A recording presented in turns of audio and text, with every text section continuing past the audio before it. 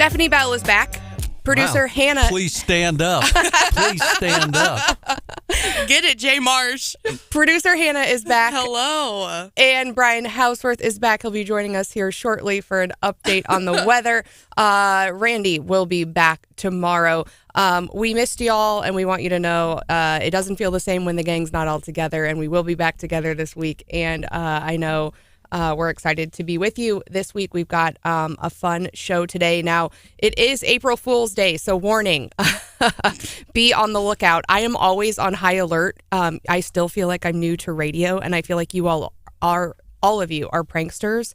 And so other than this weird painting showing up in your studio, that was a couple weeks ago, though, Hannah. Yeah, and I was dismayed to see that it was still here. When I returned this morning.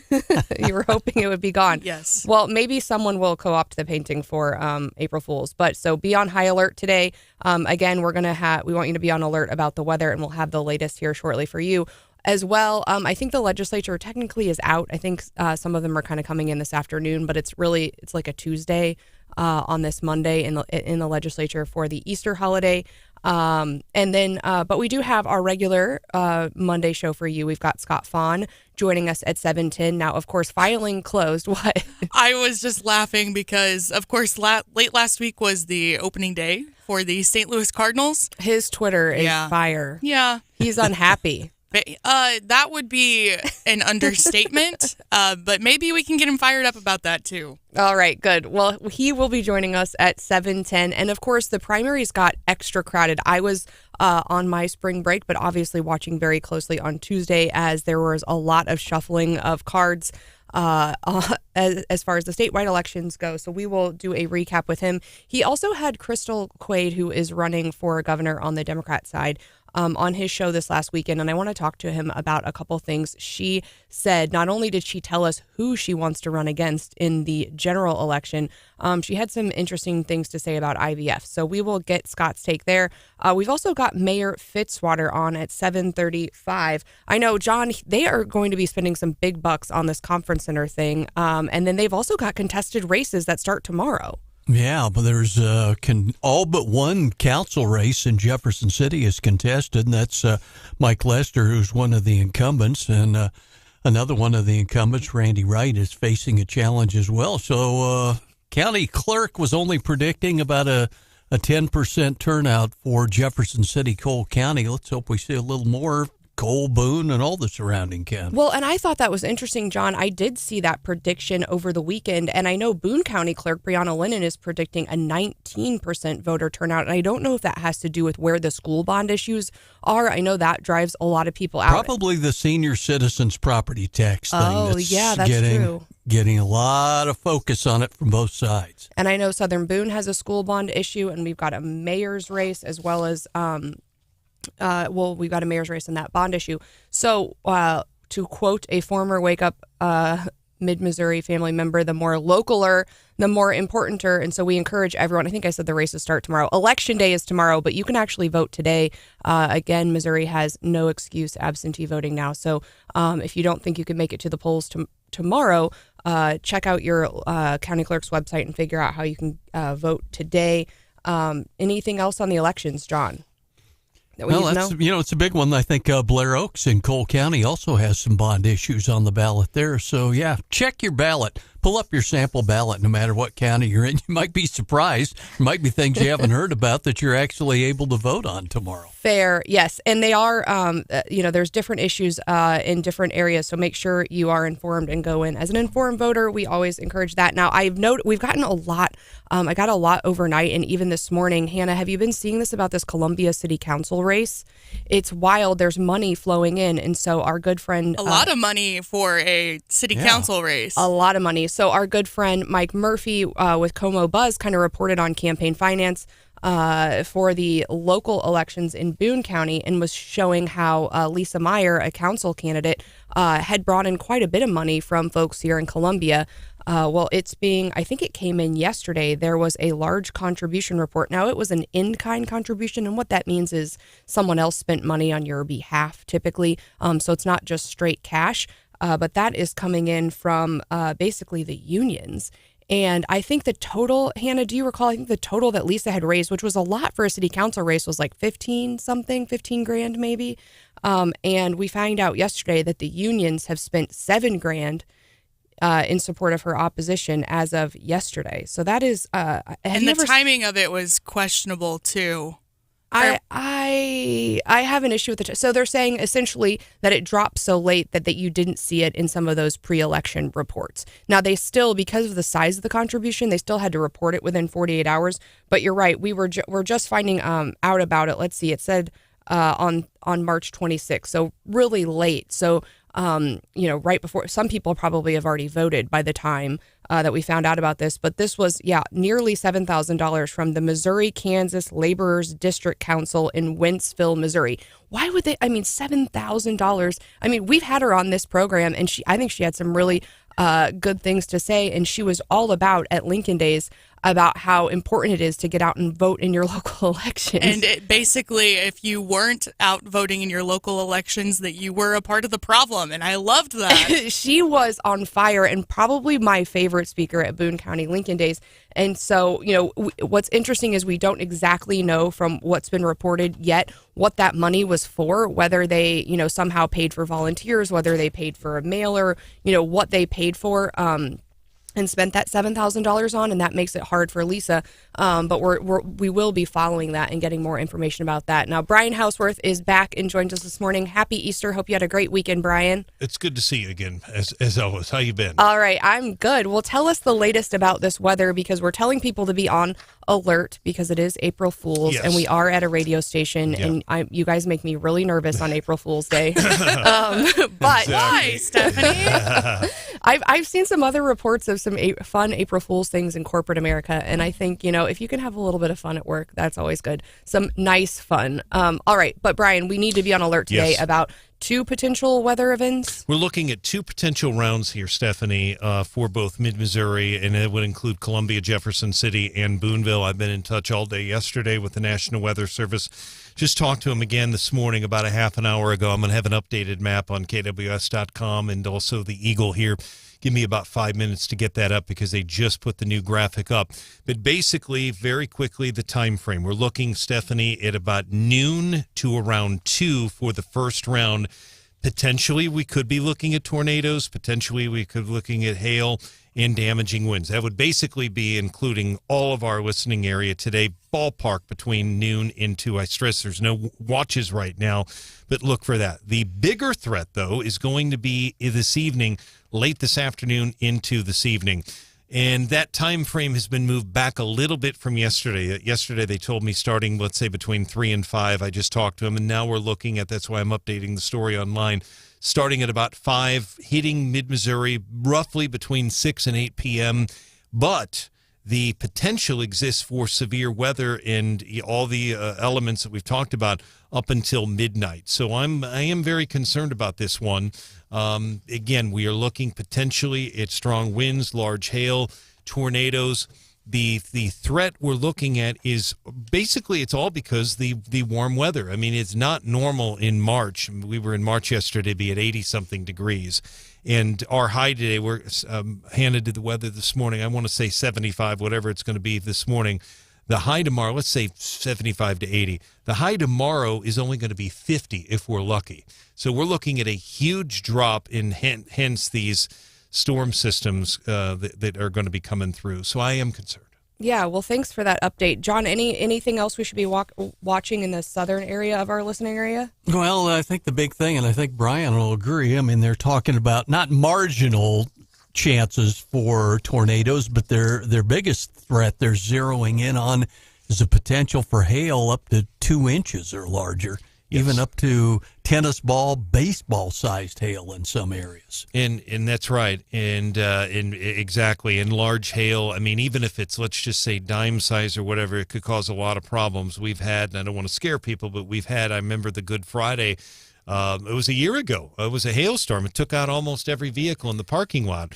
And took out the roof down at the building Veterans United just built down here. So, yeah, that is certainly a concern. I do want to point out something else, not about the weather, but you were talking about that union donation. Mike Murphy, in this second ward council race in Columbia, Mike Murphy actually talked about this a little bit on air with Al German yesterday. And he same thing with you. He was surprised by it, and he doesn't know for sure. But his theory is that they're using that money to go to door, an in-kind donation, if you will. But it is again, these council races sometimes, we have people dump in money, and we kind of knew Schreiber was going to be backed by union, so I'm not totally surprised by it, but nonetheless, it is interesting. Well, and to go back to the weather, yeah. Why is it every time Stephanie Bell travels, when she returns to Columbia, she brings it with her? Yeah. What's up with that? But I should have been bringing the cold. Well, I guess I am kind of bringing the cold weather back. Well, we will keep our eye on the weather. Of course, you can always check our website, and we got to get to those trips because you were just on spring break. I have some internal debate going on about like family vacations, where to go, what the right process is, where to stay, all of those things. So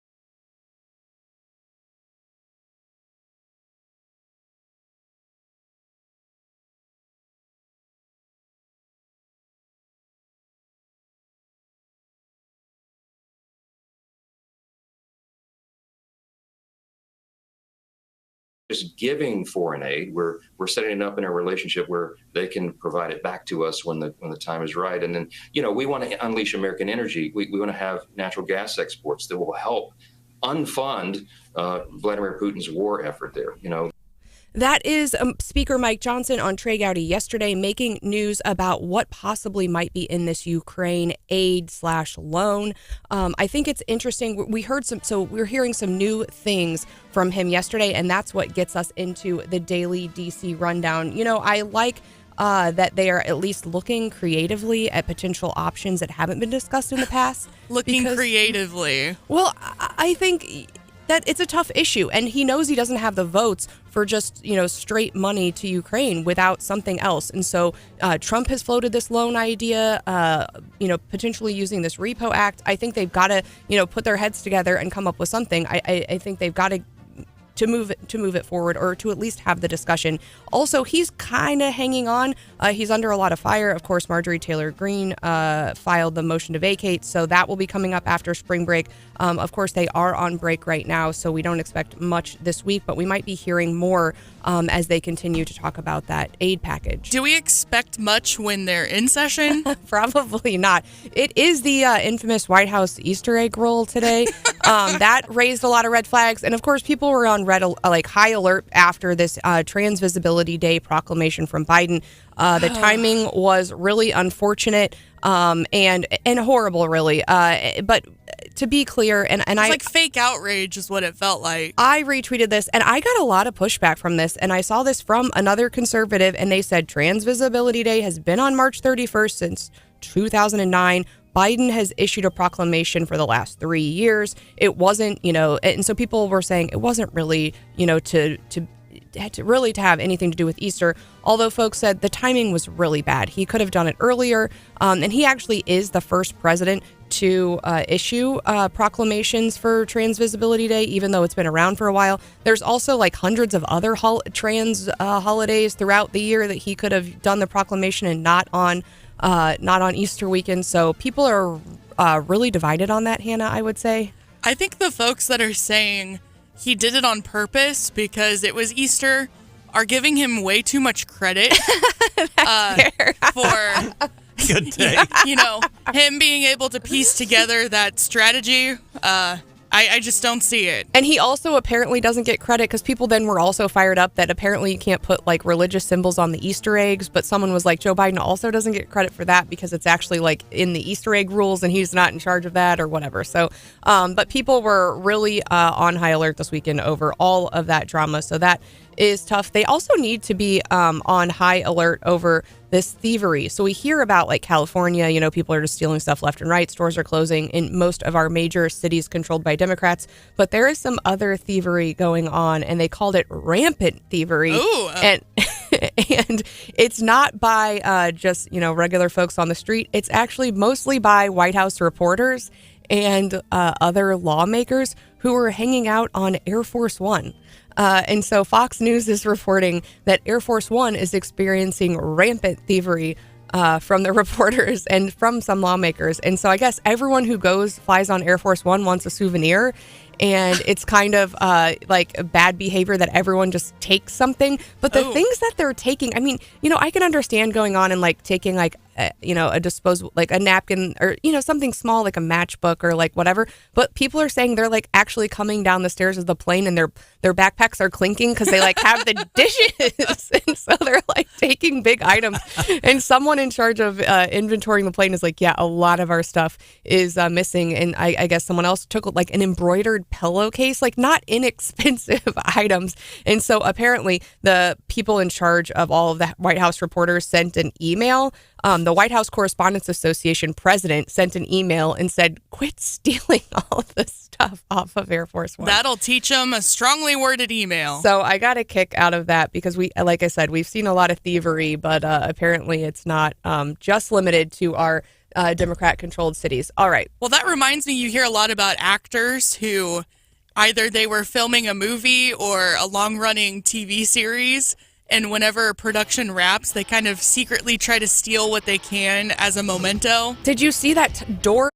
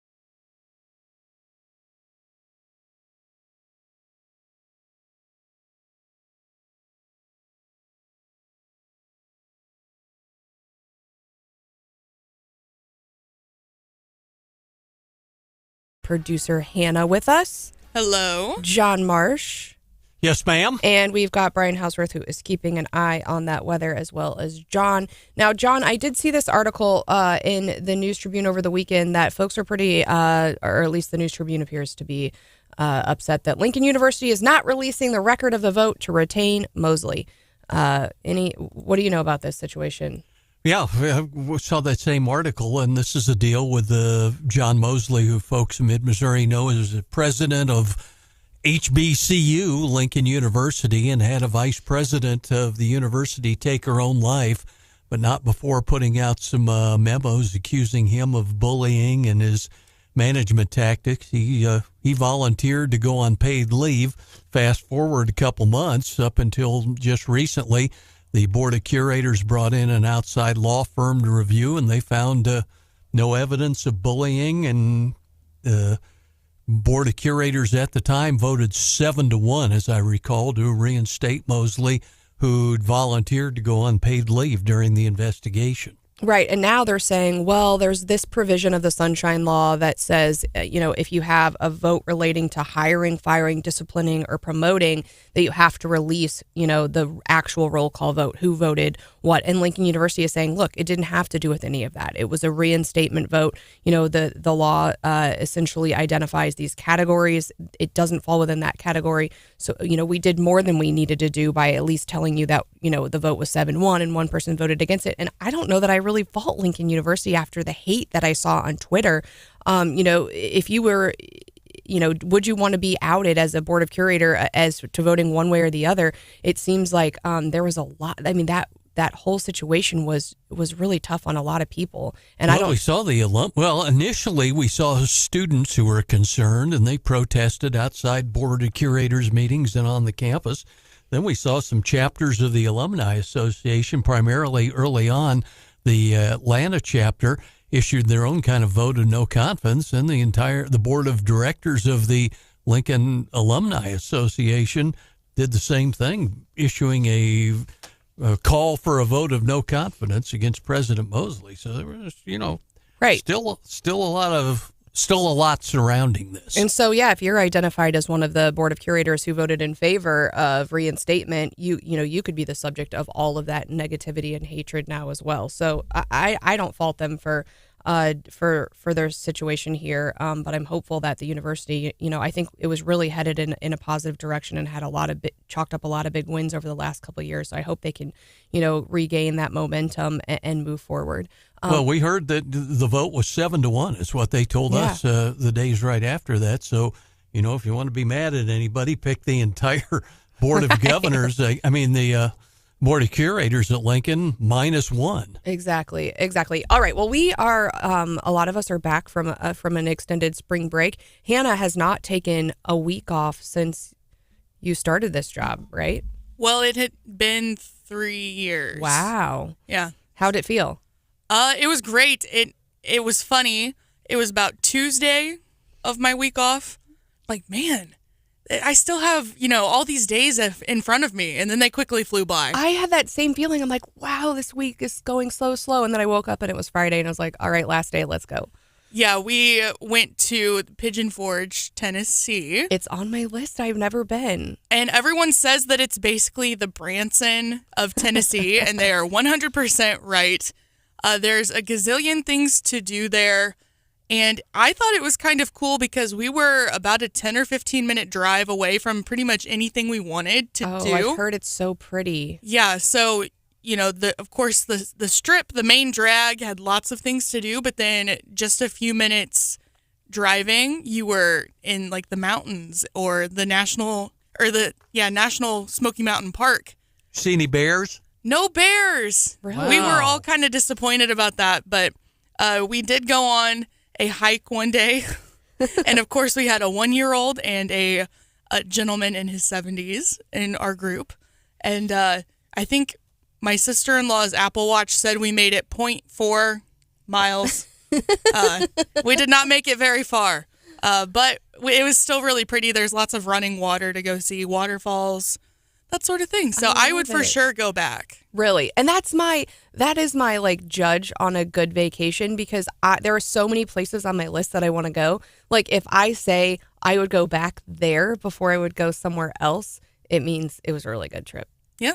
And like it. I feel like we only saw a very small percentage of the things that we could have seen. So I'm actually already in cahoots with my sister-in-law on the other side of the family to take another family vacation with my folks. So we'll see. Did you get any Crystal burgers while you were down there?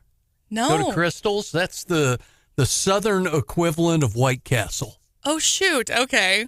We did go to Old Smoky Moonshine one day. There you go. My husband purchased moonshine from a couple different establishments. So was it like party flavored? at my house, I guess. The flavored kind?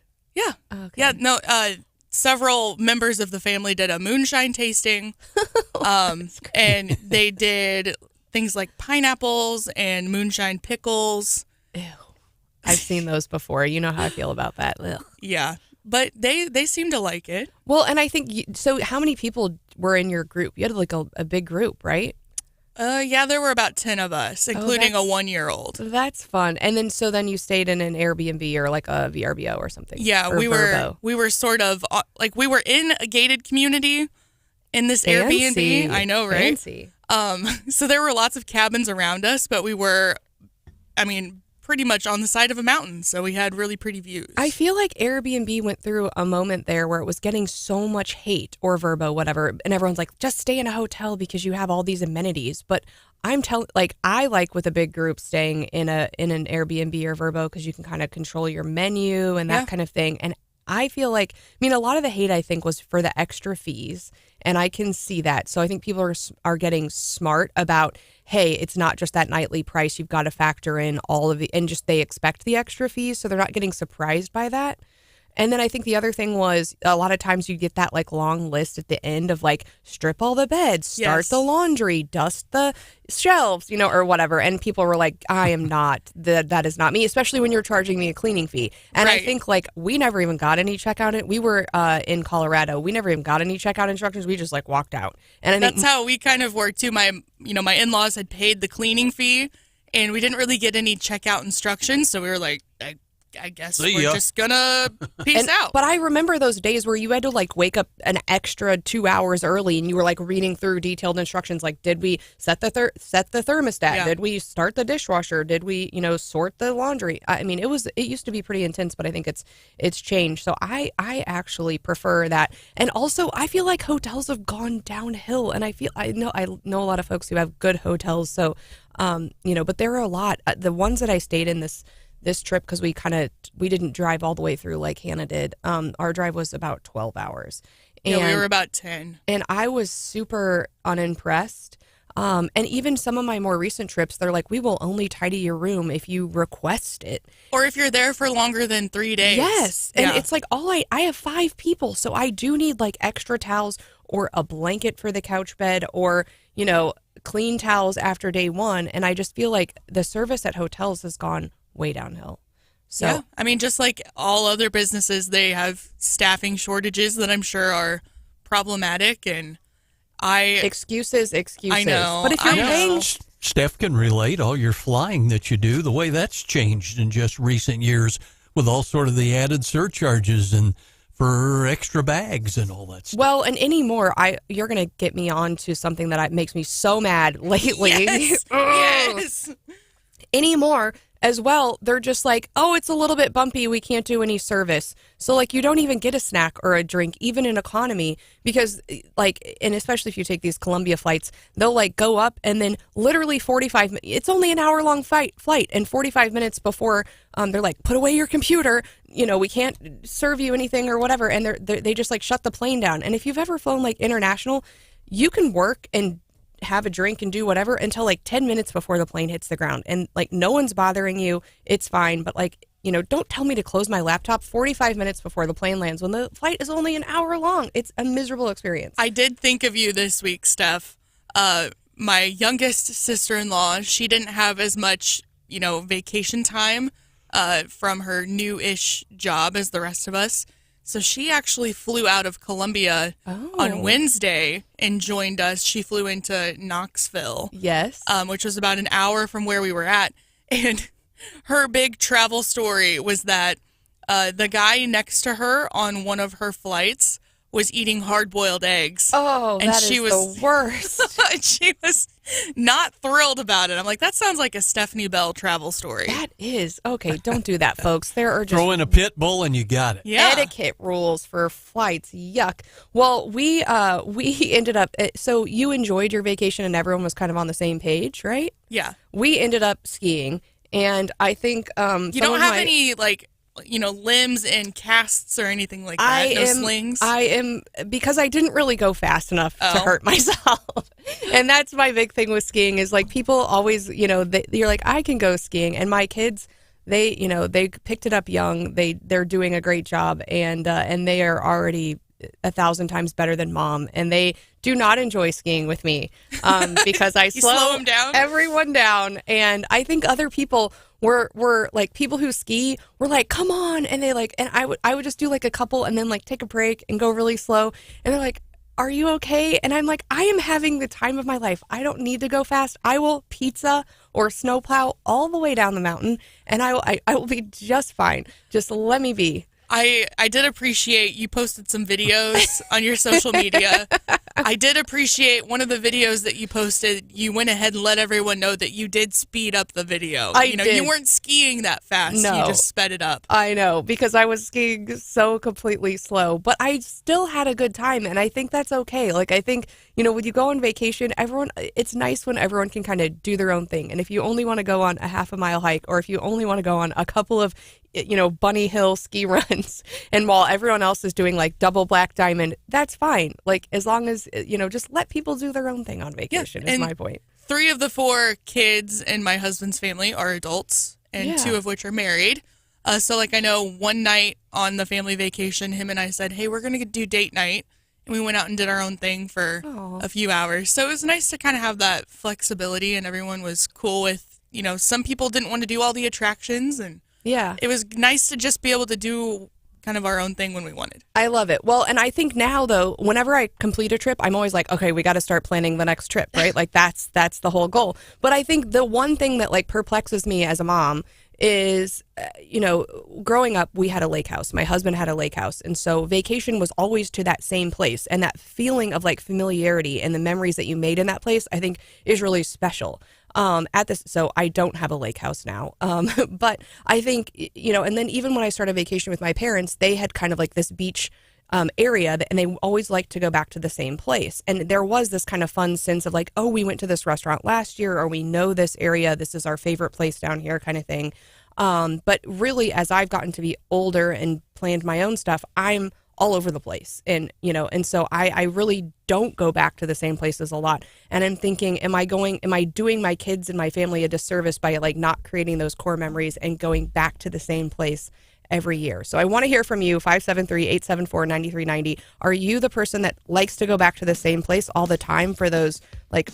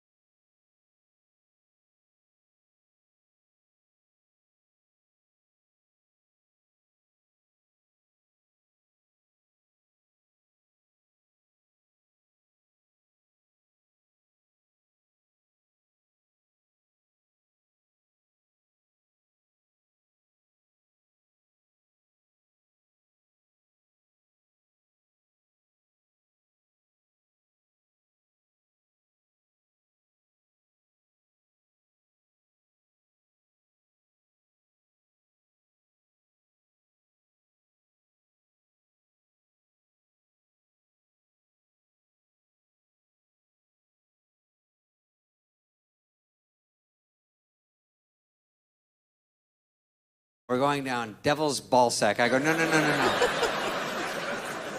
That one seems hard. I said, if we go down Mother Goose, it sort of goes into Peekaboo, and then down to Pillow Town, which feels tricky and challenging, but not overwhelming. They go, nope, Hitler's abortion. Here we go, 2 by 2. I go, no. And this was our group. Like, I have friends whose family like grew up skiing in Germany that went with us, and they were doing like blacks and all the crazy things. And I'm like, yeah, it's just like straight like Candyland, Big Bird, whatever that one is. That's what I want to go on. And so I think that's kind of fun though, that everyone can kind of do their own thing. And I am perfectly not bothered by coming back with my no injuries, going slow.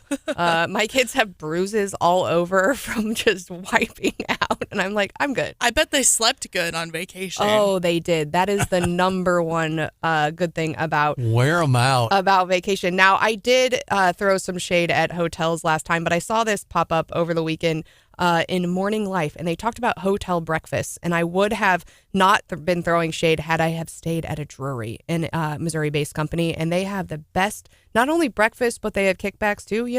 But anyway, they had some good stuff. But I wanted to shout them out, being a Missouri-based company, because this UK magazine recognized them as having a very good. It said it recognized every one hotel in every state: Drury Plaza Hotel, St. Louis at the Arch. So a St. Louis hotel, Missouri-based company, being shouted out as one of the good hotel breakfasts. So that is my favorite part about a hotel, Hannah, is a continental breakfast. I mean, that's why you get to wake up. My kids call it the breakfast room, and don't tell anybody, but sometimes we like to do staycations here in Columbia, and sometimes they eat 2 hotel breakfasts. Whoa. See, my problem when I do stay at a hotel that has breakfast is I typically sleep too late.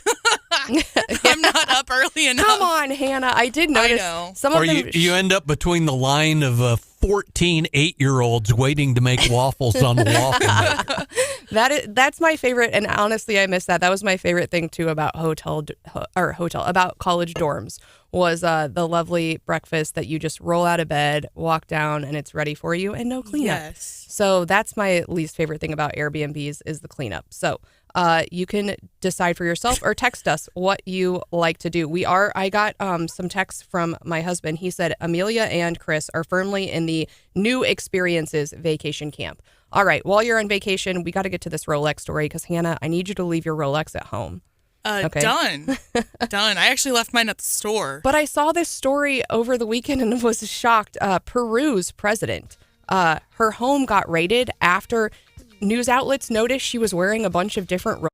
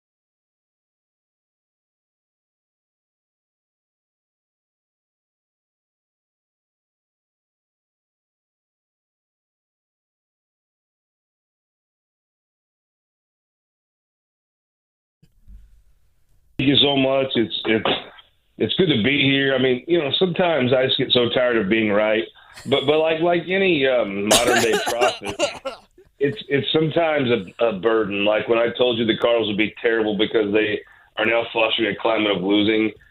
1-3 this weekend. 1-3. 1-3. Last place again. We're in the Marmol position. Last place. Crystal Quaid, before she said if she was governor, she would end Medicaid for 2 years and invest solely in the Cardinals. It was the greatest public policy proposal I've ever heard. It really turned things around. If you're on the fence, that's how you should vote for him. Any hope for the Cardinals this year, Scott?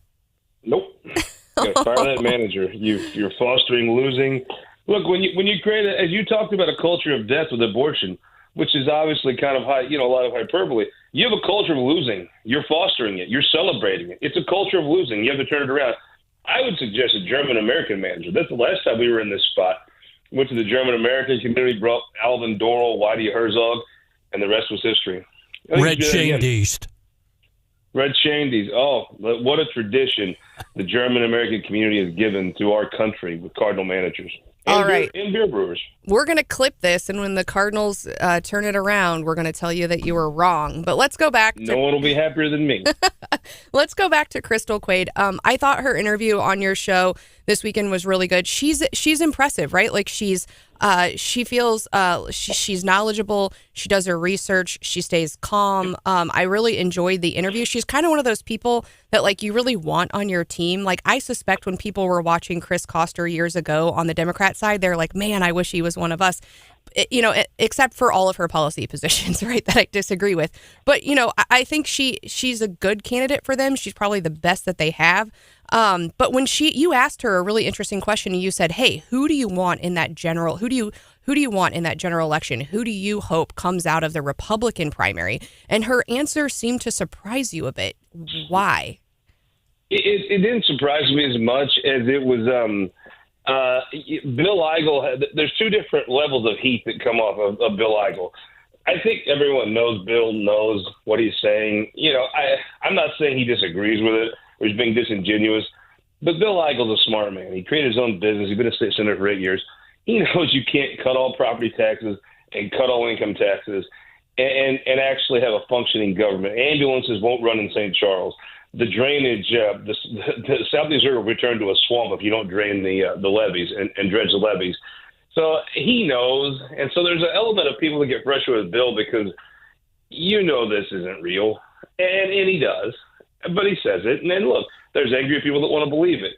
With Jay Ashcroft, he almost ticks folks off because they think he got there because of his dad. And there's an element of truth to that too.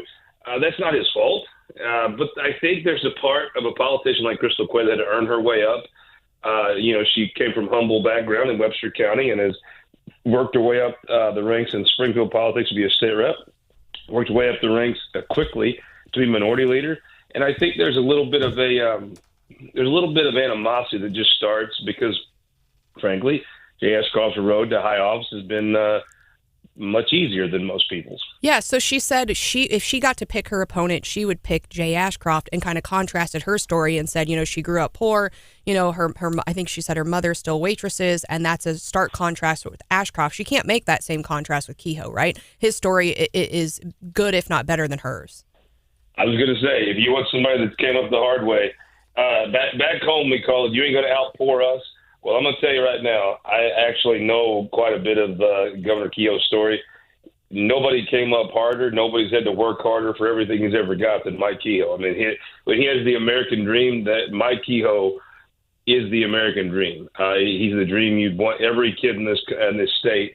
You'd want your kid to grow up and have the success Mike Kehoe did, and you'd hope he doesn't have to have as hard a road as Mike has. I mean, his story is truly amazing. I actually, as we were traveling on our little road trip, saw several Kehoe for Governor billboards in St. Louis, really? Of all places. Mm-hmm. Yeah, I've asked around about that. I kind of get the sense that, the juries, name a major Missouri company that employs a significant amount of people that's not for Kehoe right now. I think some of that's the juries wanting to help out. And look, the name ID is a big deal. Jay Ashcroft has near 100% name ID.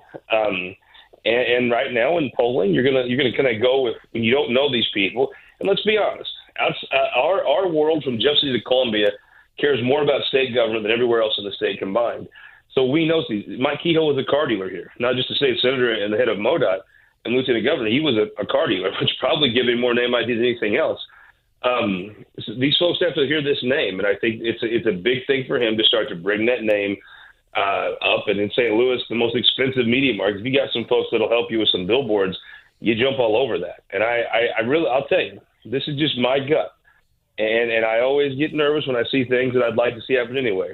Mike Kehoe is awakening a group of Missourians who kind of were just fed up with politics, who rolled their eyes and thought it's not going to matter, that used to be involved 10, 15 years ago that I haven't seen involved. You know, you'll see a $150, $200 check here and there, $1,000 check. You're seeing them come back in major ways and support not only him, but Senator Huff. Lincoln Huff has benefited from this too. I think the force of personality, the fact that Mike Kehoe gets around this state, I don't even know how he does it. But I think the force of his personality has awakened some Missourians to get back involved in state politics. And it's kind of exciting to see some of the people that I first saw when I worked in the Capitol 15, 20 years ago that kind of faded out, especially with some of the Greitens stuff. They just had a bad taste in their mouth from it. Mike Kehoe, just from the force of his personality, the force of his story, I think you're seeing something under the radar. It won't show in polls yet, but it's definitely showing in fundraising. Some folks that just haven't been involved but decide, you know what, I'm going to give him one more try with this guy. Mike Kehoe's an impressive man. Missouri Times publisher Scott Faughn is our guest here at 7:15. We are live on Wake Up Mid-Missouri. Obviously, the GOP gubernatorial primary, even the Democratic gubernatorial primary. Scott, is interesting. I want to get your take on a filing that was done late last week in the state Senate seat for District 19 here in Mid-Missouri. It used to be Boone. Actually, years ago, it was Boone and Howard counties, then Boone-Randolph, then Boone-Cooper. Now it is a Boone County-only seat. Former State Representative Chuck Basie has filed to challenge Stephen Weber in that race. And Stephen Weber lambasted Representative Basie on his Twitter page just the other day. I'm sure you've seen that. I expect Mr. Basie to lambast him as well. This is probably going to be a very ugly race. Your thoughts on that filing? These two men don't like each other. Well, you know, I'm hard to offend. Last time I was offended was October 26, 1985. So that was the day of the 85 terrorist attack by Don Dinkinger, by the way. I actually am very I like Chuck Basie, and I'll tell you what. Chuck is gruff and offensive, and if you're a snowflake, Chuck Basie is a hot day. So stay away from him. But I'm not offended. I don't get offended very easy. I like Chuck Basie for two reasons. One, when he complained about schools for 8 solid years, right, every day. You had to hear it. We all heard it. Mm-hmm. Then he ran for school board. I have such a regard for that. You sit there and whine and complain in Jeff City, then you don't do anything about it when you get out of Jeff City. He lost. He was going to lose. He knew it. But he ran. I respect that. In this race, he's going to lose. He knows it. I don't think it'll even be that contentious, because why would Stephen Weber even waste his time? I mean, Chuck Basie, there's going to have to be something significantly changed for former Representative Basie to make this competitive race. Stephen Weber is going to be the state senator. So I think at some point, at first it's a novelty, but I don't know that Stephen Weber, I mean, if you're his campaign team, you're like, just ignore him. You're going to win this. Just don't engage. Chuck Basie, I like the fact he puts his money where his mouth is. He's not a dumb man. He knows the numbers of this state Senate seat. At first I thought maybe he's running just as a placeholder to keep the spot open, so if he wanted to withdraw, someone else could jump in. The truth is, I think Chuck's rhetoric probably does hurt him, but I think the main thing that hurts me is he's a Republican in Boone County, and Stephen Weber is a tremendous candidate, a war hero. Didn't just serve. Stephen Weber is a legitimate, bona fide war hero. I think he'll do Boone County a good job. The more important thing I think for Boone County is, if you're going to have a Democrat, send a Democrat to a supermajority of Republicans, you better go elect Curtis Gregory, a former Mizzou football player, to represent you in that district that hits Cooper, Howard, all the way over the Kansas City suburbs. I think if you're a Mizzou fan, I think if you're Truman the Tiger, you better hope that the first Tuesday in August, Stephen Weber's going to do you a fine job. But look, it is harder in the minority. That's just a fact. It used to not matter as much in the state Senate. This is not that state Senate. I don't think Chuck has the potential, unless something changes, to be a major factor in this race. But I do think that everybody that cares about a state Senate seat for the college and for Columbia, boy, you better be out there. You better drive west and put you up some Curtis Gregory signs. Yeah, I'd just point out, just to follow up on that very quickly, Weber is not ignoring him. Just take a look at his Twitter page and the comments under there. They're not ignoring Basie. So, they're not. They're not doing that at all. Scott, It'll give be us interesting your to watch. And whatever Chuck does is interesting. That's a fact. Yep. Scott, give us your quick take on Mary Elizabeth Coleman and Dean Plocker jumping into the Sec State race. I know you weren't too surprised. I think that if you watch every check that's cut over $5,000 is on the Ethics Commission website. There's been a lot of those entries for Lincoln Huff.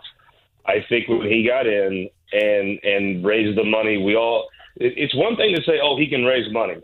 Well, he has actually raised the money, and I think it was such a startling number that some folks decided, okay, where can I best win? I think Wassinger affected it a little bit, jumping in with the right to life endorsement. That made people, I think that made the speaker just, look at it and make it's an easier race. So he jumped in. I think Senator Coleman, I've always told you, I thought that race was laid very poorly for her. I never quite understood what her advantage over Senator Onder was.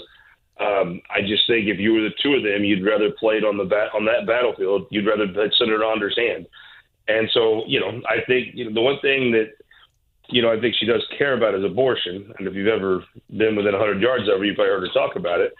And the Secretary of State, if this is the law of the land right now, the Secretary of State's going to have a major role in these ballot initiatives. If this one doesn't pass, there'll be another one.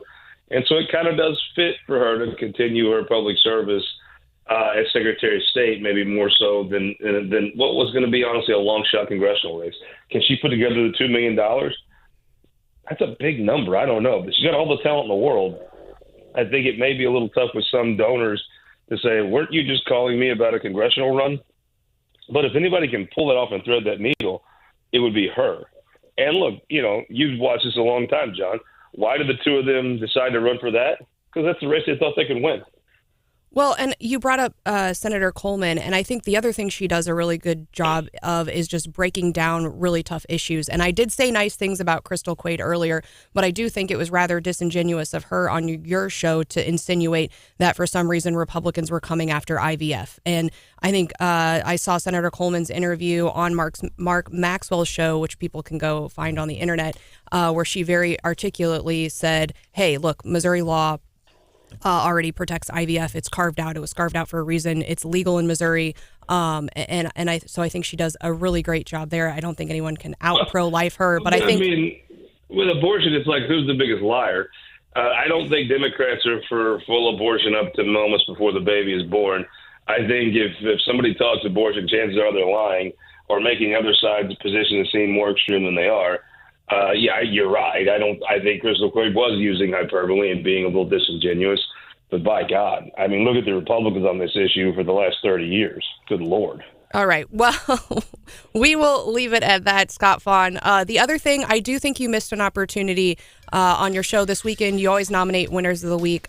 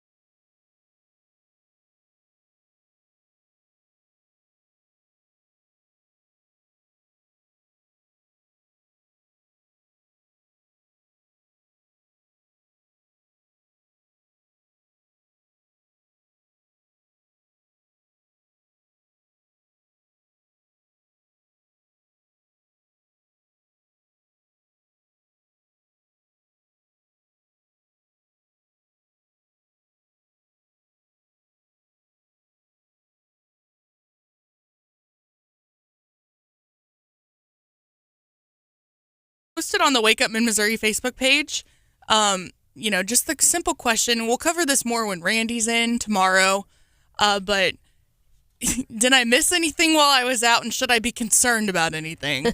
And one of the Wake Up family members said that What's Hot with Hannah was on time every single day that I was gone. I somehow doubt that, but I appreciate a good troll. Anyway, the Paris Olympics are coming up, and Paris is celebrating. It's the first time they've hosted the games in over 100 years.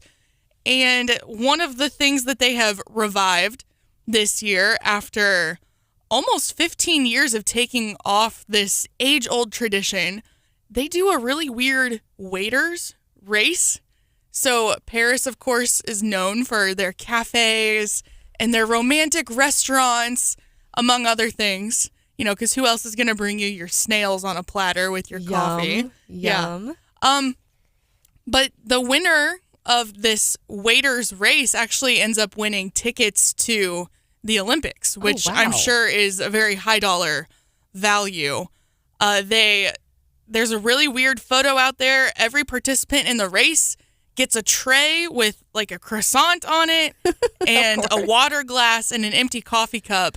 And they have to carry it over 2 kilometers, and it comes out to over a mile that they have to race with their tray in their waiter's outfit. It's super weird. This feels kind of like the egg on a spoon, like in elementary school. And it's funny because I saw another Olympics-related story over the weekend. I follow Shawn Johnson, of course, legendary gymnast. Yes.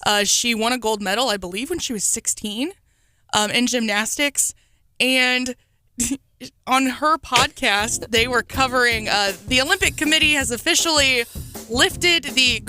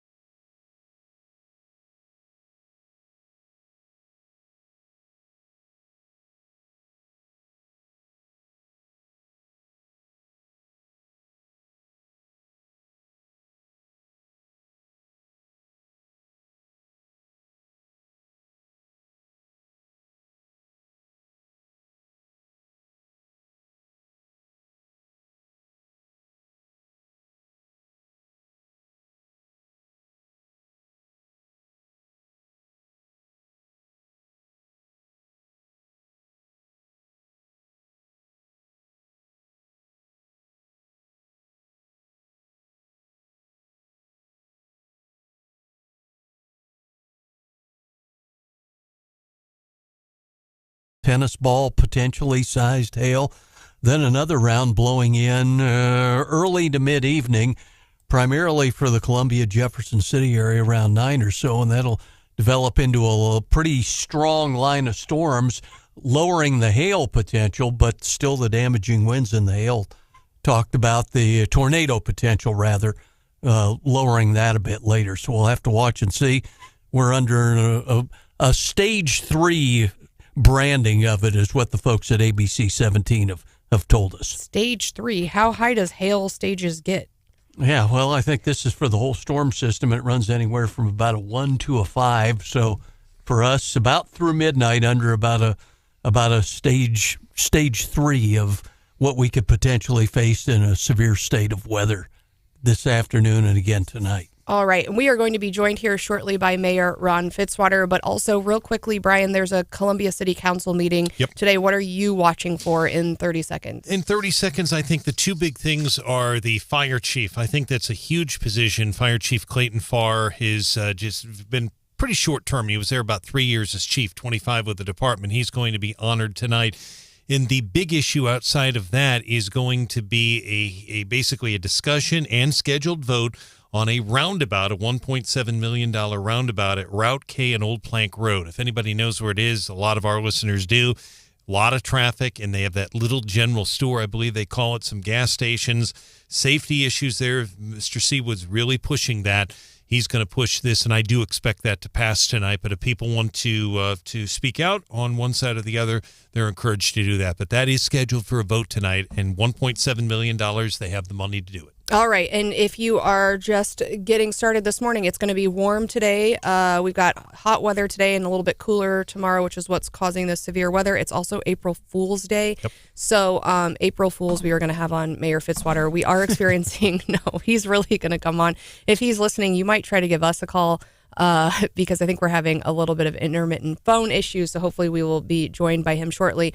And temperature, by the way, is going to drop at least 30 degrees by tomorrow. And then also the legislature is technically kind of out today. There aren't any hearings scheduled. I think there's maybe some gaveling in at like later. But today's essentially like a Tuesday in the legislature. Is that right? Well, or Monday. It's what they're doing is they're essentially operating on a holiday schedule. Yes. They're operating on a holiday schedule, but and they've got time set aside obviously to do more tomorrow, but it is going to be packed tomorrow. But yeah, it's essentially a holiday schedule. The House goes in at 10 tomorrow as opposed to 4 today. And Hannah was giving me grief earlier about whenever I come back from a trip that I bring the weather with me, which is true. But apparently I need to leave town some more because last week as I watched the Twitter unfold, a lot got done in the legislature. Now, you can't really cover every piece of legislation that gets a hearing and that gets on the House floor because a lot of that essentially will get stripped away or will die in the Senate. But they were actually, it seems like, churning through a lot of issues. There was a big education hearing last week as well, Brian. So I suspect we will see more action and a lot of action this week as well. I do, and it's hard to say what's going to get to the finish line. We know that Senator Rowden's in his final year in the Senate, and he may decide to run for something later on. He's not going to run for anything this year, but he's certainly pushing the charter schools, and there's a lot of bills that did pass. I do think, and you're not going to hear much about it, but to me, I'm fascinated by this. The House Ethics Committee, Stephanie Bell, has scheduled a hearing for tomorrow morning at 11 a.m.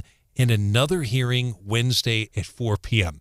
We don't know what the topic is because they can't say, but it likely involves the Speaker of the House. When this first came up with everything that was up there, I kind of thought this would be over and done with in January. Here we are in April, and this thing is still now. Unless there's another issue going on with somebody else, doesn't appear to be. It's just odd that it just seems to be taking a long time. I think you're right, and I'm trying to compare it, because essentially what we know is maybe some paperwork issues, maybe some personnel issues with Dean Plocker. That's what's been publicly reported. But if you compare this back to how many hours they met over Greitens. and like the seriousness of those allegations, I mean, I was like you. I would have thought 2 to 3 meetings this would be wrapped up, and especially, and maybe even wrapped up before filing. I'm surprised that it's taking this long. All right, we are joined by Mayor Ron Fitzwater. So welcome in, Mayor Fitzwater. As we're talking about the legislature, I know there have been, every year the city kind of identifies some priorities, and you're out there talking to state lawmakers about what's a priority for Jefferson City. What are you talking to them about this session? Well, good morning. It's great to join you. We're actually talking about a couple things. I mean, one thing we're trying to finalize is our commitment to the old prison site. I mean, we've made some commitments as far as what we're going to do on that site, and we are in the process of doing that. We've cleaned the vegetation off of it. We will have a proposal going to council tonight to fund taking down the old saddle tree factory on the backside. Part of the request to the legislature was for them to invest some dollars in the historic side of the prison. It was damaged during the tornado, obviously 20 years of non-use. There's just a lot of neglect in those historic buildings, and concerns that if we don't invest some dollars as far as windows, finishing the roofs, air conditioning, and heat in there, we're going to lose the historic buildings. And right now we're down to buildings 1, 3, and 4. Buildings 2 and 5 are going to have to come down, and we've been negotiating with the state on that. The second piece from the city's perspective is we continue to talk to the Capitol about parking. I mean, as I came into this office a year ago, parking was a hot issue. It continues to be a hot issue. And we've made the commitment that, being the capital city, we are going to address our parking issues downtown, both around the Capitol complex, but equally as important for our businesses uptown. So, as you know, we've got a proposal to take down the Madison Street garage, rebuild it with a complex that would include not only a garage to handle our city needs and spillover from the Capitol, but also the convention center and a hotel, and we're in the process of trying to finalize those projects. One of our asks to the state is if they would invest a small amount into that garage because of the impact that they have on parking. So, I mean, those are our two biggest issues, just trying to live up to commitments that we have made, and we're going to do that. Ron, talk to us about the Garfield public-private partnership with this group and a pretty substantial fee for their plan to approve a contract, $300,000 to $500,000 for the conference center hotel development. Talk to us about their role in all of this. Well, first, I'm incredibly impressed with Garfield public-private. As some may recall, they were the group that was supposed to build the conference center, convention center last time, and it fell through at the council level. So we feel very comfortable that they understand this marketplace, they understand how to build these kind of projects, and they have those that they can point to that you can go look at if you want. I mean, they have done the work on multiple projects that include convention center, hotels, and parking. The fee, I mean, we're trying to do this thing right, which means you have to bring professionals in. We are in a time frame where we're competing for money, for construction work, and we've got to build our case on paper. So we have got to do a market analysis to prove that this market can handle what we're proposing on that site. And we've got, and people say we've got study after study after study, which we do. They're all pre-COVID. The world has changed, especially in the meeting marketplace post-COVID. So we've got to hire a company that understands how to put those market analysis together. And we're also doing a comprehensive parking study, which will update what we have. But we have never done a comprehensive study that looks at our parking garages, our on-street parking, and our surface parking, and putting together a comprehensive package. So it costs money to do those kind of things. But if you're looking at a $100 to $125 million project, it seems to me a $300,000 to $500,000 investment to make sure that you're doing it the right way and you're building it to the standards and to the needs of our community is a pretty small investment. I think it would be a dereliction of duty if we weren't doing our responsibilities. So yes, $500,000 can put a lot of pavement on the roads, but this is a project that is going to benefit this community for generations, and we need to make sure we do it right. So this council has agreed to invest the dollars it's going to take to do it right this time. Mayor Fitzwater is our guest, the mayor of the city of Jefferson. We appreciate him joining us live at 7:46 here on Wake Up Mid-Missouri. Mayor, I want to go back to the issue of parking, and I'll have a story up on 939theeagle.com and kws.com a little bit later this morning, but there is a huge veterans rally planned for tomorrow at the Capitol at 1:30, and two things about it. Number one, they're going to have, I talked to the organizer. I'll put the audio up on our website, Mr. Williams. They're going to have motorcyclists, Patriot riders from all over the state coming in to go to the Capitol for this rally. And then some of these guys are going to be with oxygen tanks. I mean, some of these veterans are old, and I'm not doing this to embarrass you. You're doing the best you can, but serious question, where are these motorcycles and these guys in oxygen tanks supposed to park? It is... I'm uncomfortable telling them, well, just go down to some garage or something. That's too far for these people to walk. What should they do? Well, and that's part of the responsibility of being the capital city and part of the commitment that we feel to be able to address these issues. Our staff will do everything we can, and that's why we are trying to rush these discussions. Now, I understand rushing means the next 2 to 3 years, but we feel the commitment that we have got to make our capital accessible. If we're going to invite people to our community, we need to be able to host them. We're running as fast as we can on this issue. I understand your concerns, and I'm sure our staff, our public safety, will do everything that we can to accommodate guests coming to this town. We have handled large number of guests in the past for inaugurations and other things that have gone on. But yes, it's going to be an inconvenience, and that's why we're saying we've got to address these issues. There's a role for state government to play. We understand that it's not their responsibility to take care of all of our needs, but there's a role that we can partner and work together to hopefully in the future that we've got a much better solution to these kind of opportunities. Thank you for your service, Mayor. Election day is tomorrow. You have a lot of contested council races there in Jefferson City. Do the outcome of those elections have the potential to change the direction of the council or shape its priorities going forward, or you think it'll be more of the same?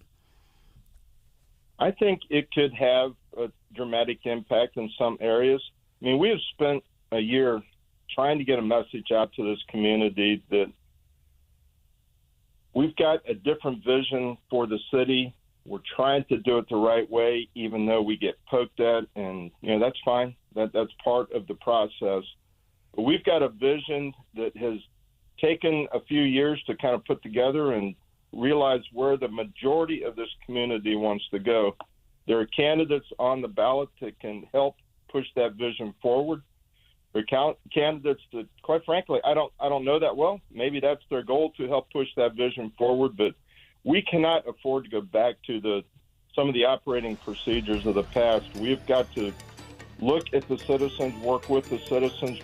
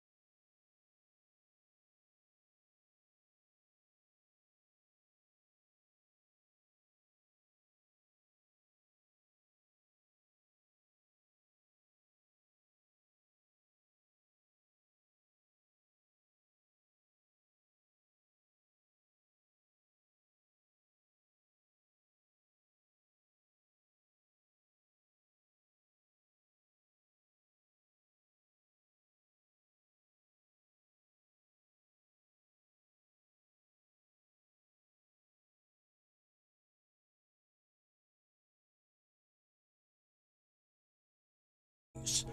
Sparked a frenzy with many left-handed customers ordering the new burger. Turned out to be a hoax. And the best one of the bunch, 1996, the Taco Bell Liberty Bell, in a prank that blurred the lines between corporate marketing and April Fools. Taco Bell took out ads in the New York Times and the Washington Post saying they'd bought the Liberty Bell and renamed it the Taco Liberty Bell. The National Park Service got inquiries, and they also that day pretended to introduce a limited-time Liberty Crunch Wrap Love America Edition, a mega spicy taco wrapped in a flour tortilla garnished with red salsa, white queso, and blue guacamole. And now you know the rest of that baloney story. Hannah has already been duped once today. Twitter, Yes. I got like a, who? What is this? And then I'm like, it's April Fool's. So yes, I've already gotten the rush of like, this could be bad. And then it's something totally fake. Now you got Taylor Swift duped a little bit earlier, right? Yeah, I saw a fake announcement for another album release from her for this fall. And you got really excited. I did. I even sent it to our friend Casey Burns, and I then remembered. Yeah. It's April Fool's. So be on the lookout today. I did enjoy this article in the Wall Street Journal this weekend of Citigroup's chief executive. Her name is Jane Fraser, and she apparently is a big prankster and even sends pranks not on April Fool's just to try to get people. And I guess she sent her senior leadership team an email that just said, please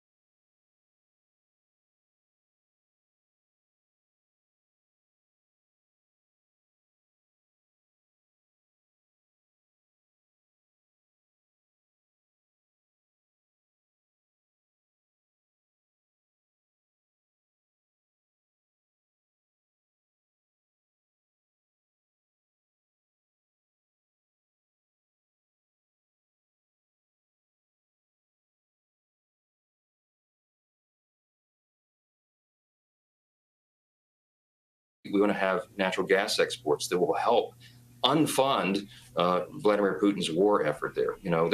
That is Speaker Mike Johnson on Trey Gowdy's show late last night, talking about potential aid/loans to Ukraine.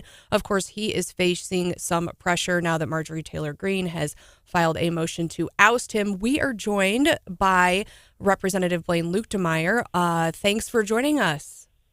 Good morning, Stephanie. How are you this morning? I am well. Thanks for taking some time on your spring break, technically, to join us. But what are your thoughts on this this creative? I'm going to call it a creative solution. I mean, obviously, just straight funding. I don't think there are the votes for that. So, if something's going to get done, we have to start looking at various options. Is what you heard from Speaker Johnson something new? What kind of discussions are happening in the background? Well, I think I think that there's probably a number of issues that they can look at to try and do things. I think Mike's articulated a number of them there. I think that there probably are the votes in the House to pass the bill. The problem is there's not a lot of Republican votes. So the Republicans are probably 50-50 on this issue, and it would pass with Democrat votes. And we have a lot of members that are upset about that. And so as a result, they don't want to have the Democrats pass the bill, send it to the Senate where it will pass. So there's the consternation over this, as well as they want to use that as well as anything else they can to get a border bill. They're using this as leverage to try and do that. So as a result, there's a lot of politics going on around this issue, other than the fact that we need to be funding Ukraine to be able to help them fight their fight. Congressman, when we talked to you back in October, I think it was, right after the attack by Hamas on Israel, you said you guys were going after the pledge at the time for $100 million from the administration to Gaza and the West Bank. What happened with that? Maybe a follow-up on that is, what about the dollars that went back to Iran as well? Oh, gosh, John, that's a very, very long and complicated answer there. We have done some stuff. I've done some stuff with regards to the sanctions and the dollars that Iran now gets as a result of relieving the sanctions on oil, somewhere around 80 billion plus that they now have that they didn't have 3 years ago from the oil sales that they're using to fund Hamas, Hezbollah, and all of the other terrorists around the world. We're trying to stop that. We're working on some sanctions to be able to make that work. But the administration, if they just put the sanctions back on the oil sales, that would really hurt the Iranian economy.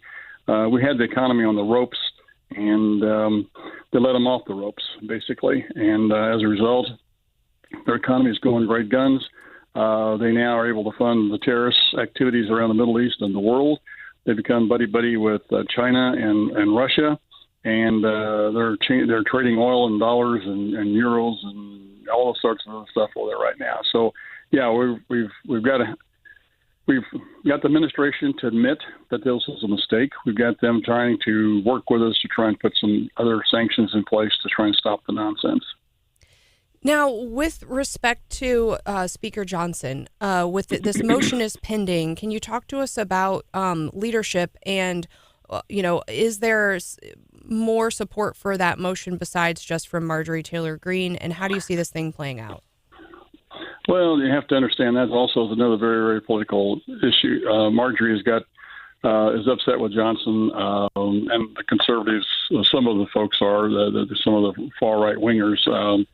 The rest of us are okay with Mike. He's doing what he has to do to lead us out of this mess. Part of it is created by the far right of our party. They don't understand how to govern. They don't understand how to structure legislation. And even if you allow them to structure legislation, turn around and vote against the very legislation they structured themselves. Because they've done that 5 times before the end of September on the very bills that we told them, you get what you want. Just work up the bills, and then we'll try and pass them. And they did, and turned around and voted against those very same bills. And Jim Jordan got up on our floor in our own conference and said, "What do you guys want? We'll let you write these 5 bills," and then you still voted against them. What they really want is to shut the government down so they can have a media moment. And this is all this is with Marjorie. This is a media moment for her. She gets to be the media star for a couple of weeks here with this motion to vacate the chair. The way she's filed this, though, it just sits there. It's not like the one that Matt Gaetz did on McCarthy, which is a privileged motion that he made from the floor. This one is filed differently so that she just has it sitting there hanging over everybody's head. so she can continue to milk this thing for all the PR she can get out of it. And it's a PR stunt that they can hold over Mike's head to make his life miserable, to try and we don't want to go through. Nobody wants to go through. Even they don't want to go through another speaker's vote, because we don't have anybody that can get the 218. And right now, that's all we got is 218 votes, because of the people who left are going to leave here very shortly. So this is a mess that they've got ourselves into, and they continue to back us into a corner with their antics. And I don't know where this is going to end, quite frankly, because they don't understand tactics. They don't understand political geometry of how you play these things against each other. Because they've got themselves backed into a corner now that they're ready to hand the House over to the Democrats is what they're ready to do, because this is the corner they got themselves backed into.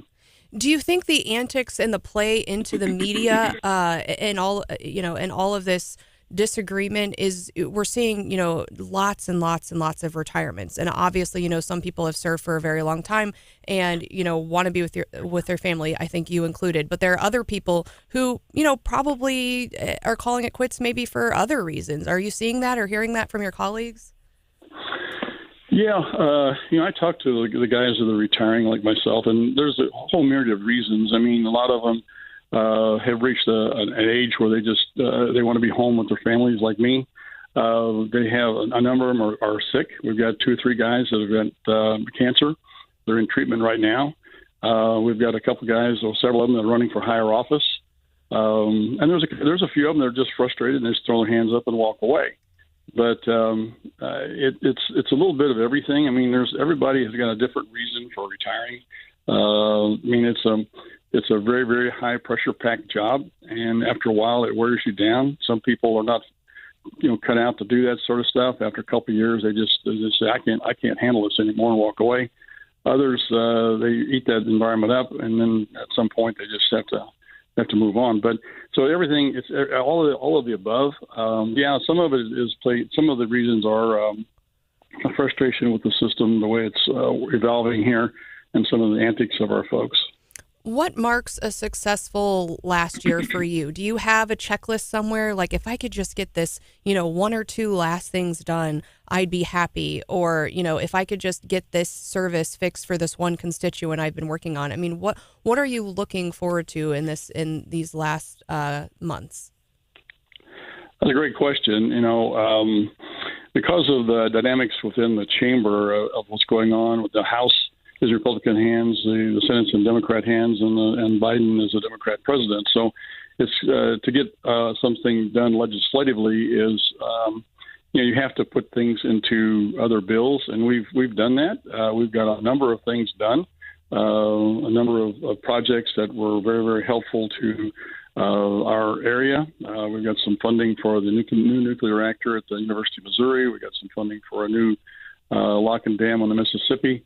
Those are huge, huge issues for not just my district, but for the entire country. In fact, the nuclear reactor is one for the entire world, because about 90%, 95% of all the radiated drugs in the world that treat cancer come out of that reactor. So it's a really, really big deal.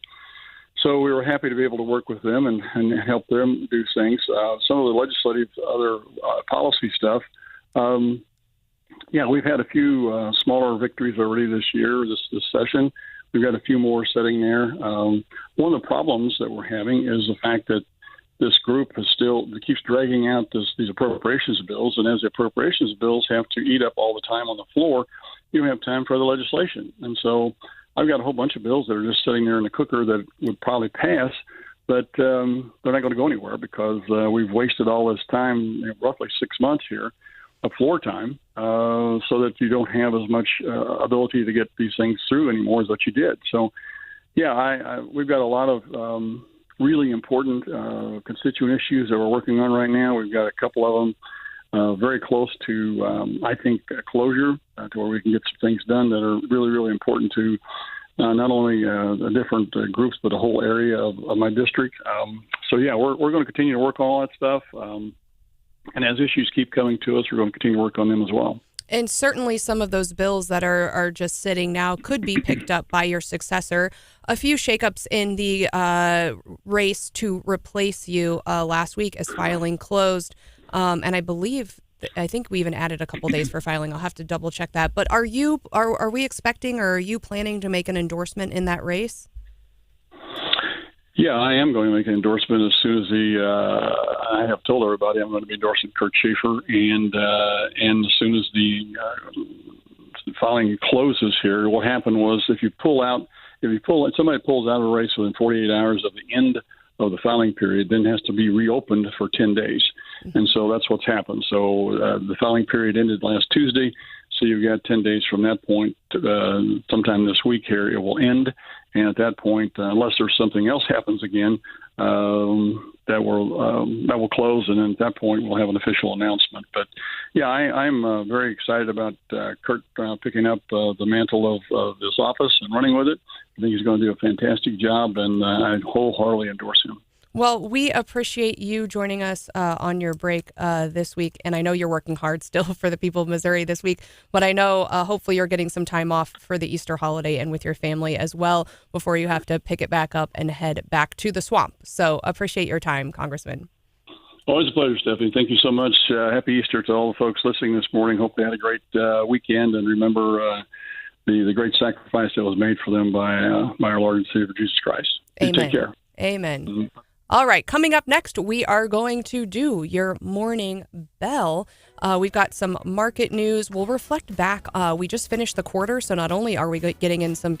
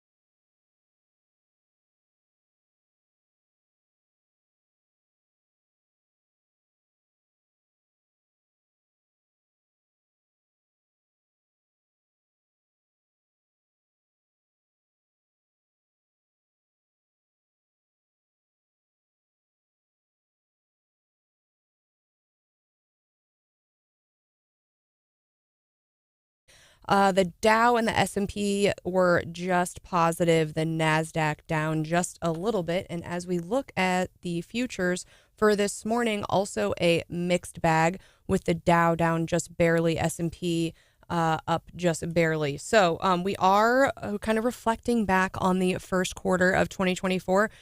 Stock market starting out really strong. The S&P finished its best quarter since 2019, which, considering the years following that, probably not too hard to do, John. COVID wasn't great. Famous last words, right? Yeah, COVID wasn't great for the markets. The folks that were having a rough quarter include none other than Tesla. The company stock was the worst performing in the S&P 500 in quarter one, dropping 29%. That has a lot to do with slowdowns in shipping routes, an arson at its German factory. There are labor battles in the Nordic area, and there are fierce competition from other electric car makers. So not a good quarter for Tesla, but for everyone else, doing pretty well. Now, if you woke up yesterday and you were expecting a little bit more chocolate in that Easter basket, there might be a reason for that. And we recently talked to our friends at the candy factory and got to test many of their delicious things, but they are going to be facing this pressure as well. And we got to get them back on, I think, to talk about this, because they said it's only going to get worse from here. So we have they can bring more samples. Well, of course. But this is the worst cocoa bean shortage in more than 60 years. And since Randy's not here, we're going to go ahead and say maybe this is going to be time for white chocolate. Since it doesn't need cocoa, just more white chocolate. I mean, I am in favor of that. Time for white chocolate to shine, since folks. It's not really chocolate, according to Randy, false. But it doesn't take a cocoa bean. But we are in this bad shortage. For the first time ever, cocoa prices briefly surpassed $10,000 per metric ton this week, making it a commodity more valuable than copper. Apparently, there's been really bad weather and agricultural disease in West Africa, and that is what is causing this shortage and causing the prices to jump up. Now, it is a long process, so what they're saying is, although chocolate prices have jumped nearly 15% since the start of 2023, because of that long process, we actually haven't seen the worst of it, and we will probably see the worst of it not by next year, like 2025. So it's not looking good. Great. And that's even on top of inflation. They're saying most candy, the average increase has been about 4% inflationary, but it's about 12% more expensive for some chocolate eggs this year than it was last year. So very sad. White chocolate eggs for everybody next year. So if you raid the kids' Easter basket, eat slowly, right? Is that what you're getting at? That's right. Is anyone shopping Easter candy clearance sales today? There you go. Totally. I want to know what your favorite Easter candy is. There's always the debate about Peeps. Who cares about those? But those carrots now that they make out of those Reese's Pieces, those are cute. Oh, they're delicious. They're like the best things ever. And then you got to go Starburst Jelly Bean for sure. Yeah, the only jelly bean I will eat. Oh, really? Yeah. John, are you a jelly bean fan? No. Really? Don't care. I used to eat the Jelly Bellies back when it was fashionable, but no. And now they're jelly bean guy. And now it's like the rage to give you the gross flavors. I've played that game. What is that? That where you eat the yucky like toothpaste and don't play that game. It is not fun. All right. Yummy. Well, I'm really wishing everyone a good Easter. We hope you had fun, whether you traveled or whether you spent your whole day eating chocolate bunnies. But we appreciate you joining us today, and we are all back today. So I know last week was a bit funky, but we've got producer Hannah and Brian Hauswirth back, as well as me. But Randy will be back with us, and the whole gang will be together tomorrow. But for today, we want you to beware for April Fool's pranks, please. I was going to say, does anyone in the Wake Up fam have any good ones planned for today? If I did, you never know. I wouldn't tell you. But the thing that's not a prank is that we are watching the weather. John, we are expecting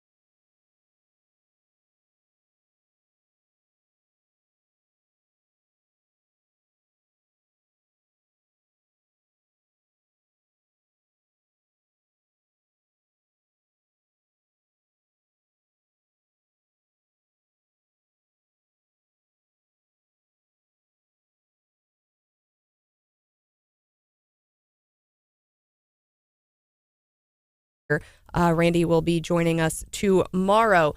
And happy news for Hannah, because this is exciting. So we are currently voting in the Best of Columbia nominations. So we knew she was nominated, but she actually made the ballot. You have to get so many votes to get on the ballot. So it's official. Voting is open. You can vote once a day in these Best of Columbia voting. You go to InsideColumbia.net, or it's linked on our website, right, Hannah? Yeah, 939theeagle.com. It's linked at the top. Hard to miss. And this is the first time I've ever made the voting round. So thank you to all the Wake Up family members who voted for me. And also the show is up for Best Local Radio Show. And I would like to also remind our Jefferson City friends that you do not have to live in Columbia to vote. We have an advantage. Yes, you can come. You can vote for us. You can vote for the show. You can vote for Hannah. But you can also vote for so many of your favorite local businesses, your favorite professionals, your favorite service providers. And it's just a great way to give a shout out and a thank you to all of those people in mid-Missouri who make our lives better. I know I utilize so many services and am so thankful for many of our local businesses here in Mid-Mo. So please get on our website. You can link to it or go to InsideColumbia.net. And of course, if you're nominated or if your business is nominated, make sure you're promoting that on social media and letting us know so we can give you some shout outs too. Good luck to all of our friends in the running. We hope you're all winners in my book. It's my birth month, so that means I get good luck, right? That is totally true. All right. So I think while we were away, Randy was glad not to talk about this, but there has been an update, and so we have to go there. And no, this is not Travis and Taylor on vacation, but there was a Kate Middleton update while you and I were out, Hannah, and I think we should address it. There was. Here's a little bit of audio from that announcement, since I'm sure the boys didn't cover it while we were gone. I underwent major abdominal surgery in London, and at the time, it was thought that my condition was non-cancerous. The surgery was successful. However, tests after the operation found cancer had been present.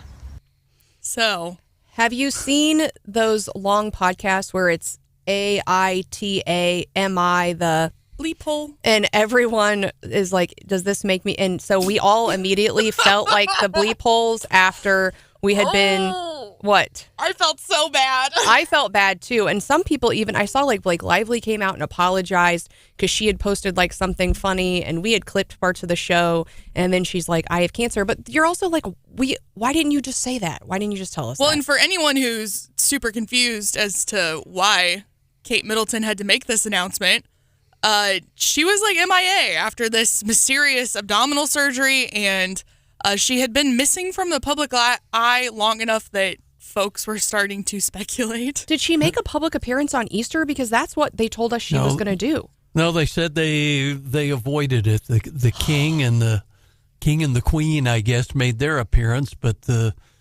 prince and the princess stayed home and didn't go to church. Now, I'm going to tell you, cancer is no laughing matter, right, and it sucks. And it's affected so many people in my life, and it's not funny. But no buts. Cancer sucks, period. It does. With the Kate Middleton situation, though, there has been a lot of speculation around the video. And I was already way down the conspiracy rabbit hole, and I've seen more conspiracies on Twitter in that she's sitting on this bench. Apparently, she's wearing the sweater that she wore many years ago in another video, that it was all AI, that her hair isn't blowing and the flowers in the background aren't blowing, which that could be like a fake background. I get that. Now, and I've seen other people on Twitter like doing this, but I saw it again this morning, and you know how Elon puts the community notes on or whatever? Any tweets about that being an AI video has the community note on it now, and it basically says, readers add context. The Princess of Wales cancer announcement is not manipulated or AI generated. It was filmed by BBC Studios, who later issued a statement, and the statement from BBC is just that we did film a video of her. So it is being flagged as misinformation by X if you try to say that the video was manipulated. And you want to talk about feeling like a turd in the punch bowl, right? Like, we were so far down the conspiracy rabbit hole. We were having quite a lot of fun with it. And then to find out that it was actually serious. I felt pretty bad. I did as well, but it's good to know. I mean, it sounds like she that the surgery was successful. She's been in treatment and she looked well in the video. So we wish her nothing but the best. And she thanked everyone for their well wishes and messages of support. And I was like, that's a really nice way of saying I saw all of the speculation going around internet. Right. Well, okay. So is this an official apology? Are we issuing an official apology? Oh, man, I think we are. Okay. I think we kind of are. All right. Until the next conspiracy theory. Yeah. It's hard now because so many of our conspiracy theories have come true that I think I'm full on conspiracy theorist. Okay, something that is not a conspiracy or an April Fool's joke is we've got serious weather headed our way potentially today. Brian, what should we be prepared for? I think the biggest thing is you want to be weather ready, and I've got a story up, an updated map, 93nowtheeagle, or basically a graphic, 93nowtheeagle.com and kws.com. It's also on the Eagle Facebook page. You can take a look at that, and it doesn't mean it's going to storm nonstop from, let's say, noon to 10 p.m. or noon to midnight, but on and off. Basically 2 rounds, 12 to, let's say, 2 o'clock in the afternoon. That one will not be as severe, they think, as the one coming in this evening, but we have to be prepared for that. The one this evening is potentially, and both of them could produce, so even the one in the early afternoon could produce tornadoes and hail. The one in the evening, they're much more concerned about, let's say, starting between 5 and 5:30, going till about 9, but potentially on and off could go till midnight. But they think most of that will be out of the area by, let's say, 9. Tornadoes, strong winds, hail are a possibility. We don't have any watches right now, but the biggest thing, and I've got Mark Fuchs on audio on the website saying it on tape, they're not telling people to cancel their activities. Be weather aware, and if you've got a garage, get the car inside today would be a good idea. A lot of people like me, we just don't have one. But if you have one, it wouldn't hurt just in case we have this hail. So that is what we're looking at. I feel your pain, Hauswirth. Yes. So what do people actually recommend if you don't have a garage to save your, because the last time the hailstorm came through Jefferson City, I immediately saw pictures of, the last major one of the hail right through people's windshields. We had a car outside, and I just took moving blankets and at least covered the glass and thought if that could just soften the blow enough so where it doesn't bust through the window, hopefully. But I don't know that was the right thing. Is there a recommendation? Obviously it was wet and kind of gross afterwards, but and actually that hailstorm ended up missing Ashland. But is there something you can do? It's a great question, Stephanie and Hannah and John, but I'm certainly not an expert on that. It's a great question. I would think the best thing to do, and again, very few people have it, or seems to be, is the garage. Go to the car wash. Well, and there are, let's say the people next door at that hotel, the Holiday Inn at the Eagle. Some people I've seen park underneath. There's a few people can do that. But in many cases, you just have to kind of risk it.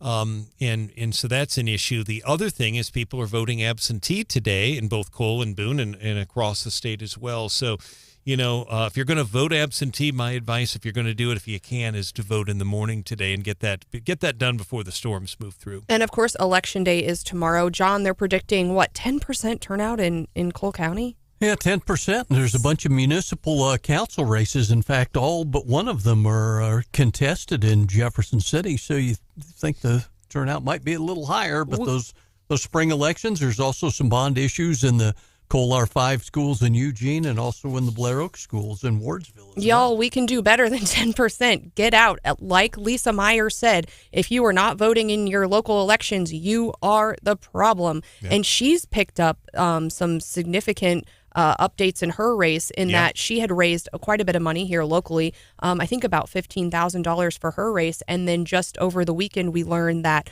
the unions, Carpenters Union from I think St. Louis area, dropped almost $7,000 in her race against her, and in an in-kind donation. We're not quite sure what that money was spent for, but certainly they are nervous about her potential candidacy. And I think she's a really strong candidate. I think she has a lot of support here in the community. Yeah, Robert Schreiber is the opponent for her, and there's also a candidate who is a write-in, Lucia Bitoy IV, but really the two on the and Lucia is a write-in. The unions want Schreiber in that race because he's a union member of I 592, I believe it's laborers down there, and they all have different numbers. I'm thinking of St. Louis, but a pretty major union. They feel like he's going to stick up for the working folks. Ms. Myers made it very clear she is not anti-union. She said that on this show. Her uncles both were union members. She really wants to see the police department fully funded, but they did dump that money in, and we'll see. I assume that's people going door to door, things like that. But the unions certainly put money into these races.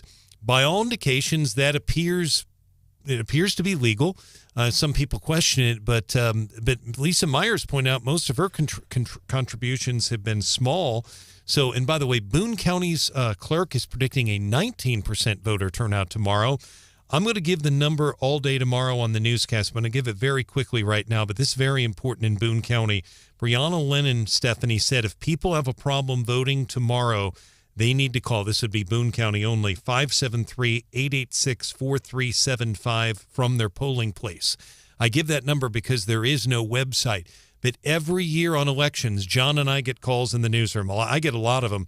I can't vote. Something's wrong. What are you going to do about it? And I tell them the same thing. I can help you as best I can, but I'm not an election judge.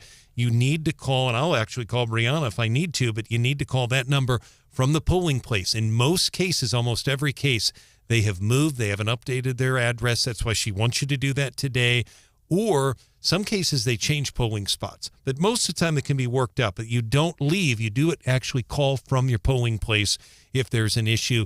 And 99.9% of the time they get it solved pretty quickly. And certainly Lisa Meyer is not the only one in a contested race. If you live in Jefferson City, I believe 5 out of the 6 wards are contested. So make sure, and we heard from Mayor Fitzwater today that, those elections could potentially change some of the priorities or the direction of that city council. So make sure you're informed. There's also several school board contested races around mid-Missouri. So it is really important that you get out and vote. And again, election day is tomorrow, but because of the newish law on no excuse absentee, anyone is eligible to go in today and vote. And I would add just one other thing in Columbia, and it is going to be a huge race in the first ward. Nick Knoth in the race for his political life, he's facing a serious recall, and if we haven't had that happen in Columbia since 1990, Chester Edwards, who supported a development called the Colonies, he voted for that, and he was recalled. Knoth could be the second person, but if he gets enough votes, he'll be in office again. So he's on the ballot. It's either a yes or a no. All right, up next, Chris is on the line. He is going to have some hail tricks for us to potentially save us for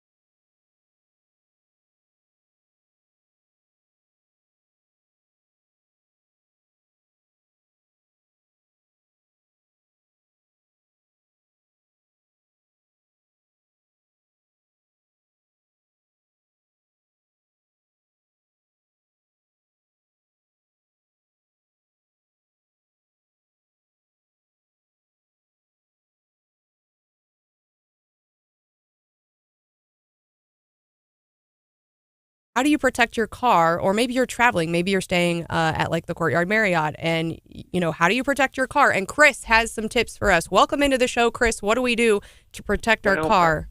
I was going to call and tell you what not to do, but okay.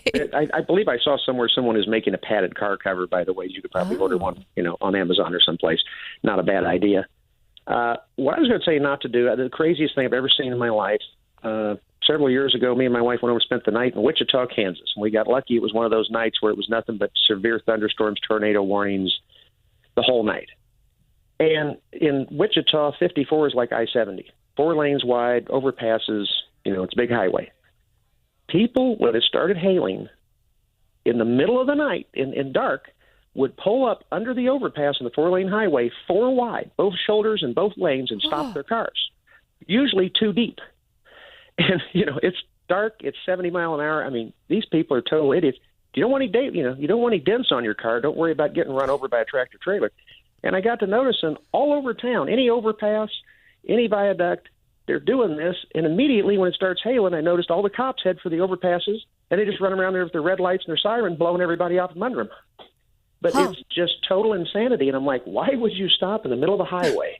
Thanks. To not get a few dings in your car.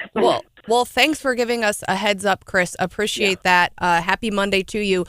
So not only do you have to worry about the hail, but if you're driving down the highway, watch for stopped cars, I guess, under overpasses. Yeah, that doesn't seem very smart. Also, lots of basketball going on. I know lots of busted brackets. Yeah. I spent a couple days in first place. What? Go Hannah. In the office bracket challenge that we're not participating in. Got it. But I quickly fell to 20th place when Houston lost. So RIP to my bracket. But did you see what happened with the women's side of the big tournament? Does it involve Caitlin Clark? It does not, actually. Okay, what happened? So over the weekend, they were playing the Elite 8 games, the matchups.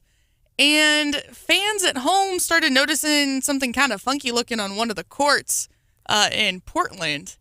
And the North Carolina State game versus the Texas Longhorns, the refs, right before the game started, whipped out the tape measure because the 3-point lines were not even. So measuring from the baseline to the top of the 3-point line, on either side of the court, they were different distances, which is no bueno, of course. And a whole weekend's worth of games had been played on this court. Wow. And no one had noticed, apparently. You had one job. Right. So did the players not notice? Because, I would think from the feel of it, you would think this is off. Well, I guess there was a 3% difference in average 3-pointers made. So maybe you're just nerves. Yeah. Whatever. So not a huge difference, I guess, but the coaches of Texas and North Carolina State were made aware of the problem, and they said, we don't want to delay the game. So they ended up choosing to play on it, which I guess good for them. But well, and I guess since they switch, it's an equal problem for everybody. Exactly. And